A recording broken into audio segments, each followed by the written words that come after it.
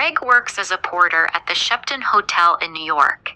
His job is hard, but every day after work, he does the same thing. He crosses the street and buys a coffee from a small cafe near the hotel. One afternoon, Greg notices a girl sitting near the window. She has green eyes and dark hair. She looks serious. The next afternoon, she is there again. And the next afternoon, too. She comes here every afternoon, Greg thinks. She always sits alone at the same table near the window.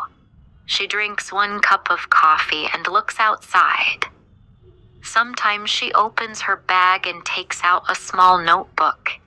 Greg does not know why, but he likes seeing her there. After a long day at work, the cafe feels warmer when she is inside. That evening, Greg decides to speak to her. He buys his coffee and walks to her table. "Hi," he says. "My name is Greg. Can I sit here?" The girl looks up. "Okay," she says. "I'm Cassie." "I come here every day after work," Greg says with a smile. "I work at the Shepton Hotel." Cassie nods, but she does not smile. "You have beautiful green eyes," Greg says. "Do I?" She answers quietly. Greg feels something is wrong. "You don't look very happy," he says. "Is everything okay?" Cassie looks down for a moment. "It's nothing," she says. "Tell me," Greg says. "Maybe I can help." Cassie takes a deep breath. "My stepfather is staying at your hotel," she says. "He has my sketchbooks." "I am an artist. Those sketchbooks are my life," Cassie says softly. "I draw every day. Without them, I feel empty." Her hands shake as she speaks. "When I ask for them, he says no.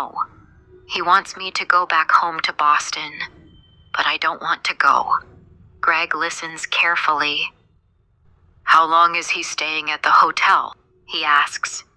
2 more days, Cassie says. "He's in room 724. Greg thinks for a moment. "Maybe I can help you," he says. "Maybe I can get your sketchbooks." "Can you really?" Cassie asks, surprised. "Meet me here tomorrow afternoon at 4:30, Greg says. "Thank you," Cassie says. "Thank you very much." She looks at her watch. "I have to go now. See you tomorrow." That evening, Cassie returns to her hotel room and makes a phone call. "It's okay," she says quietly. "The boy is going to do it. Yes, tomorrow afternoon. Bring the money, $2,000. Cassie ends the call. A slow smile appears on her face. "Everything is going to be fine," she says to herself. The next morning, Greg arrives at work early. "I need to be careful," he thinks. He watches the door of room 724. After some time, a cleaner enters the room. A few minutes later, a man comes out. That must be Cassie's stepfather, Greg thinks. When the man leaves and the cleaner goes away, Greg quickly enters the room. "I must be fast," he thinks. He looks around. Under the bed, next to a chair, nothing. Then he sees them by the bed. "The sketchbooks," he whispers. He opens one and looks at the drawings. "Wow," he thinks. "She's very good." Suddenly, he hears a voice. "Hey, what are you doing?" It is the cleaner. Greg runs out of the room and does not stop. That afternoon, Greg leaves work through a side door. "I need to be careful," he thinks. Greg goes to the cafe.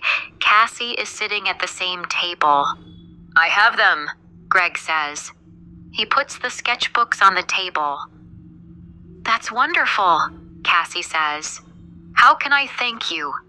We can meet later, Greg says, after I go home and change. I'm sorry, Cassie says. I can't tonight. Maybe tomorrow. Okay, Greg says. Tomorrow evening at 6, Cassie says. Here. Cassie stands up to leave.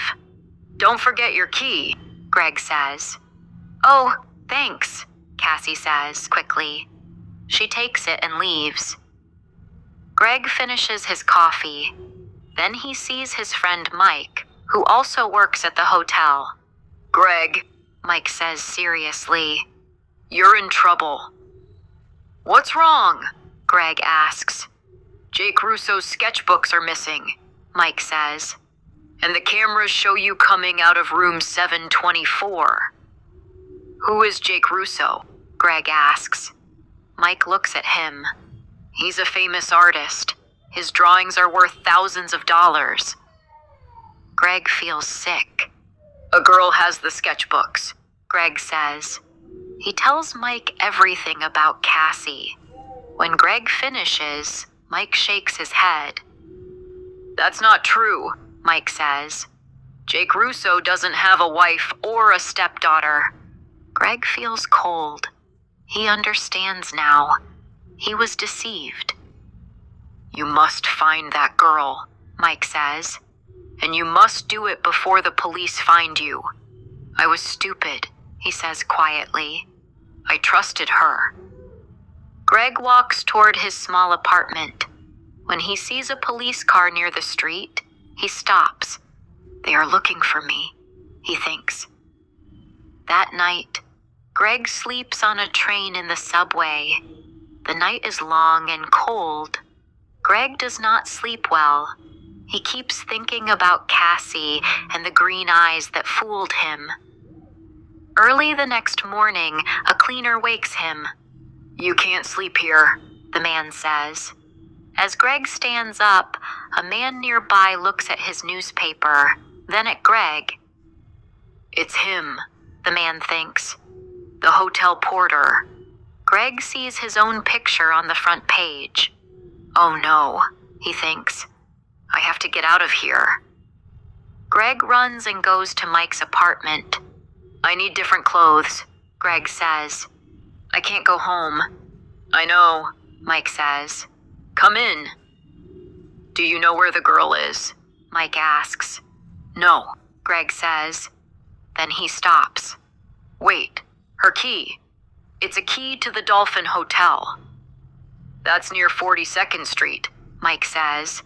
I have to stop her, he says, and runs out of the apartment. 20 minutes later, Greg is near the Dolphin Hotel. Then he sees Cassie come out. Cassie, he calls. She looks at him but does not stop. She gets into a car. An old man nearby speaks. Pier 83, he says. Circle Line boat. Greg smiles. Thank you. He runs as fast as he can. At the pier, people are getting on the boat. Greg gets a ticket and looks around. Suddenly, a woman looks at him and whispers to her friend. That's him. They call the police. Greg sees Cassie talking to a man. Then 2 policemen arrive. Where are Jake Russo's sketchbooks? One policeman asks Greg.